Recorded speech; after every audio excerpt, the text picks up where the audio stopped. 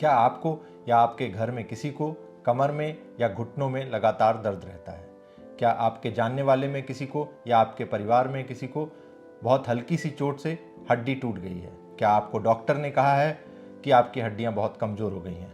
क्या आप यह सोचते हैं कि हड्डियों की कमजोरी की शिकायत या हड्डियों की कमजोरी की जांच सिर्फ बुजुर्ग लोगों में की जाती है? यदि इनमें से किसी भी एक सवाल का जवाब हाँ है तो यह वीडियो आपके लिए बहुत ही लाभदायक है। दोस्तों, माही डायग्नोस्टिक्स के इस वीडियो चैनल में आपका स्वागत है।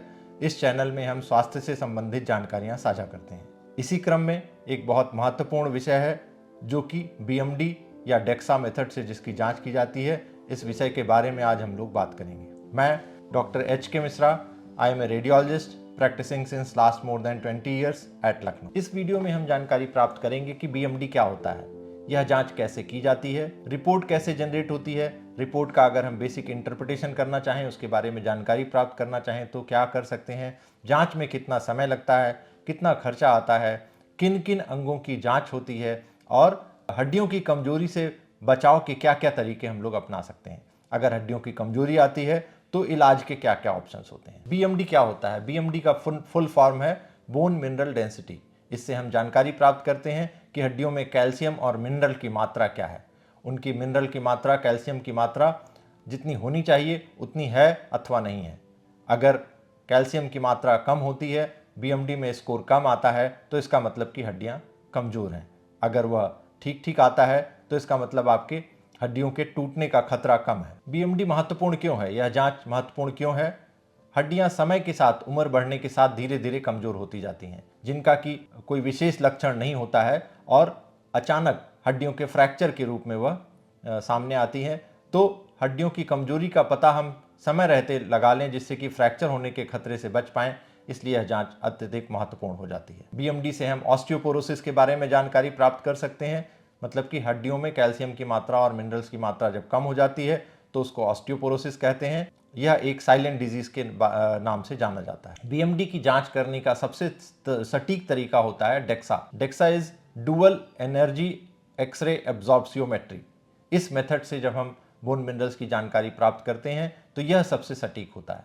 इसमें एक्सरे का प्रयोग होता है लेकिन बहुत ही कम रेडिएशन का उपयोग होता है, जिससे कि ये खतरे की सीमा से काफ़ी कम होती है। इस जांच में 10-15 मिनट से लेकर के आधे घंटे का समय लगता है और उसके बाद ही सारी जानकारी प्राप्त हो जाती है। बोन मिनरल की डेंसिटी को नापने के और तरीके भी होते हैं, जैसे कि एक्सरे प्लेन एक्सरे से भी हम बोन डेंसिटी को पता कर सकते हैं, लेकिन यह उतना सटीक नहीं होता है। अल्ट्रासाउंड की मदद से भी हील की बोन डेंसिटी का हम पता लगाते हैं, लेकिन यह भी सटीक नहीं होता है और एक्यूरेट नहीं होता है। सीटी स्कैन की मदद से भी हम बोन मिनरल डेंसिटी की जानकारी प्राप्त कर सकते हैं, लेकिन यह काफ़ी महंगी जांच होती है और इसमें रेडिएशन भी ज़्यादा होता है। तो सबसे सटीक जो मैंने बताया कि डेक्सा मेथड होता है, DEXA डेक्सा मेथड, जिससे कि बोन मिनरल डेंसिटी की जानकारी हम प्राप्त कर सकते हैं। यह सबसे सटीक होता है और इसमें समय भी बहुत ज़्यादा नहीं लगता है और बहुत महंगा भी नहीं होता। अब बीएमडी की जाँच किसे करानी चाहिए? 50 वर्ष से अधिक के लोगों को बीएमडी की जांच करानी चाहिए, यह जानकारी प्राप्त करने के लिए कि उनकी हड्डियां कमजोर तो नहीं हो रही। महिलाओं में जब मासिक धर्म आना बंद हो जाए उसके बाद बीएमडी की जांच करा लेनी चाहिए।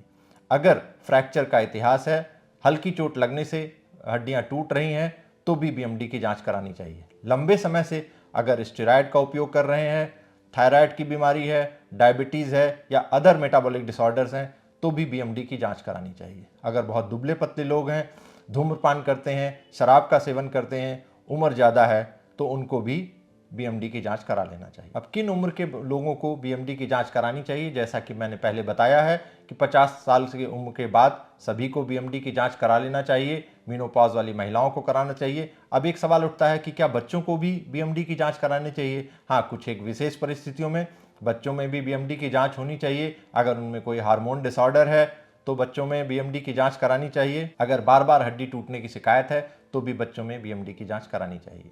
अब एक सवाल यह उठता है कि अगर किसी को हड्डियों में इम्प्लांट लगा हुआ है तो क्या उनकी बीएमडी की जांच हो सकती है? तो हाँ, अवश्य उन व्यक्तियों को भी जिनके की हिप जॉइंट में या स्पाइन में इम्प्लांट लगा हुआ है उनके भी बीएमडी की जांच हो सकती है। बस उस एरिया की जहां पर की इम्प्लांट लगा हुआ है उसकी बोन मिनरल डेंसिटी की माप नहीं हो पाएगी, बाकी जगहों की बोन मिनरल डेंसिटी की जांच हो जाएगी। अब इस जांच के लिए क्या कोई विशेष तैयारी करने की आवश्यकता होती है? नहीं, इस जांच के लिए कोई विशेष तैयारी करने की आवश्यकता नहीं होती है। भूखा रहने की या उपवास करने की ज़रूरत नहीं होती है। अगर कोई मेटल की चीज़ आपके शरीर में आपने पहनी हुई है तो उसे निकालना होता है। ढीले कपड़े पहने, और अगर कैल्शियम की गोलियां लेते हैं तो कोशिश करें कि उस दिन कैल्शियम की गोली ना लें। अब यह जांच कैसे की जाती है और लगभग कितना समय लगता है?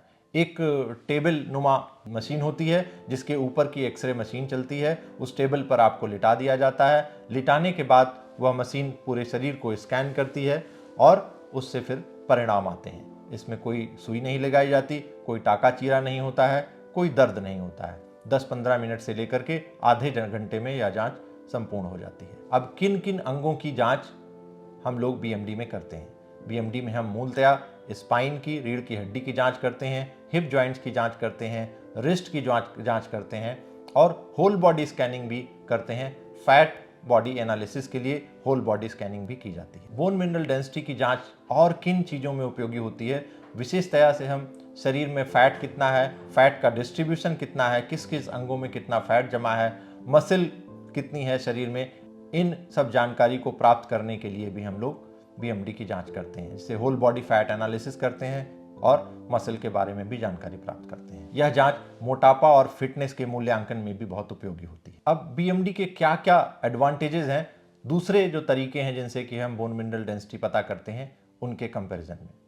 सबसे इंपॉर्टेंट तो यह है कि यह बहुत ही सटीक होता है, सबसे सटीक मेथड होता है बोन मिनरल डेंसिटी की जानकारी प्राप्त करने में।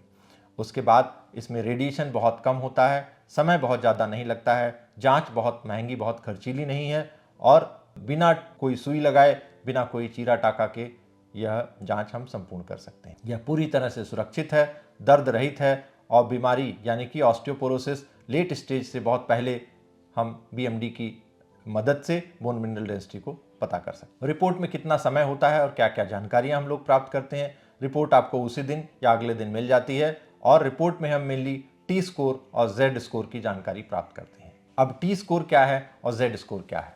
टी स्कोर में हम आपकी हड्डियों की तुलना एक सामान्य व्यक्ति से करते हैं, जिसमें कि स्कोर आता है अगर -1 से ज़्यादा स्कोर है तो हड्डियां सामान्य हैं, -1 से -2.5 के बीच में स्कोर आता है तो ऑस्टियोपीनिया है, यानी कि हड्डियां कमज़ोर हो रही हैं। अगर -2.5 से भी नीचे का स्कोर आ रहा है तो इसका मतलब ऑस्टियोपोरोसिस है और हड्डियों में फ्रैक्चर का खतरा बहुत ज़्यादा है। अब जेड स्कोर क्या होता है? जेड स्कोर में हम आपकी हड्डियों में मिनरल की तुलना आपके ही उम्र और लिंग के लोगों से की जाती है। इनमें मुख्यतया हम सेकेंडरी ऑस्टियोपोरोसिस की जानकारी प्राप्त करने में जेड स्कोर का प्रयोग करते हैं। मूलतया बच्चों में और युवाओं में यह ज़्यादा उपयोगी है। अब नेचुरल तरीके क्या क्या होते हैं जिनसे कि हम बोन कैल्शियम को बढ़ा सकते हैं? हरी सब्जियां खाने से, एक्सरसाइज करने से, दूध, दही, पनीर और प्रोटीन की पर्याप्त मात्रा लेने से हम हड्डियों की में कैल्शियम की मात्रा को बेहतर रख सकते हैं। लाइफस्टाइल में भी कुछ चेंजेस कर करके हम बोन मिनरल डेंसिटी अपनी इम्प्रूव कर सकते हैं, सुधार ला सकते हैं। अच्छे तरह से नींद लेना, धूम्रपान न करना, शराब का सेवन कम करना, इनसे सब से भी हमें लाभ होता है बोन मिनरल डेंसिटी को इम्प्रूव करने में। अब अगर आपको ऑस्टियोपोरोसिस की डायग्नोसिस बन जाती है तो इलाज के क्या क्या ऑप्शंस होते हैं? विटामिन डी और कैल्शियम लेना चाहिए और साथ में ही कुछ एक नई हड्डियों को बनाने वाली दवाएं दी जाती हैं। पोस्ट मेनोपॉजल महिलाओं में हार्मोन थेरेपी से भी इसका इलाज किया जाता है। कुछ एक हड्डी को टूटने वाली प्रक्रिया को रोकने वाली दवाइयाँ भी दी जाती हैं, लेकिन एक महत्वपूर्ण सलाह यह है कि कोई भी दवाई आप अपने आप ना लें, हमेशा डॉक्टर की सलाह से ही दवाइयों का उपयोग करें। अब आप पूछेंगे कि जांच का खर्चा कितना आता है? लगभग 1500 से लेकर के 3000-4000 रुपीज़ तक का खर्चा आता है। यह निर्भर करता है कि शरीर के किस भाग की जांच की जा रही है। केवल स्पाइन की जांच हो रही है, स्पाइन के साथ हिप जॉइंट की भी जांच हो रही है, फोर आर्म की भी हो रही है, या होल बॉडी स्कैनिंग कर रहे हैं, या फैट एनालिसिस के लिए जा रहे हैं, और कई बार किस शहर में आप जांच करा रहे हैं, किस डायग्नोस्टिक सेंटर में जांच करा रहे हैं, इस पर भी कॉस्ट डिपेंड करती है। जांच को कितने समय के बाद हमें दोबारा रिपीट करना पड़ता है, यह निर्भर करता है कि आपकी बीएमडी की रिपोर्ट की वैल्यू कितनी आ रही है। उस पर निर्भर करता है कि कितनी फ्रिक्वेंटली आपको जांच को फिर से रिपीट कराना पड़ेगा। वैसे 1 साल या 2 साल में एक बार जांच कराने की रिपीट सलाह दी जाती है। जांच के बाद आपको क्या प्रिकॉशन लेने चाहिए? जांच के बाद कोई महत्वपूर्ण ऐसी कोई विशेष प्रिकॉशन लेने की आवश्यकता नहीं होती है। रिपोर्ट को अपने डॉक्टर को अवश्य दिखाएं। जो भी सलाह दी गई है, नियमित दवाइयाँ लें। अगर एक्सरसाइज और बाकी खान पान पर ध्यान रखें। फॉलोअप के लिए अगर बताया गया है तो फॉलोअप के लिए उतने समय के बाद जरूर जांच करा लें। अब हम समराइज करते हैं। बीएमडी जांच से हड्डियों की असली मजबूती का पता लगता है। डेक्सा सबसे सुरक्षित और भरोसेमंद जांच है। इस जांच की मदद से हम ऑस्टियोपोरोसिस का समय रहते पता लगा सकते हैं। हड्डियों को फ्रैक्चर होने से पहले ही हम जानकारी प्राप्त कर सकते हैं। संतुलित आहार और लाइफस्टाइल चेंजेस से भी हम बोन मिनरल डेंसिटी को इम्प्रूव कर सकते हैं। बुजुर्गों और महिलाओं के लिए यह जांच बहुत ही आवश्यक है। तो दोस्तों, यह था हमारा आज का वीडियो। आपको कैसा लगा हमें ज़रूर बताएं। अपने दोस्तों के साथ इस वीडियो को साझा करें। हमारे चैनल को लाइक और सब्सक्राइब करें। धन्यवाद।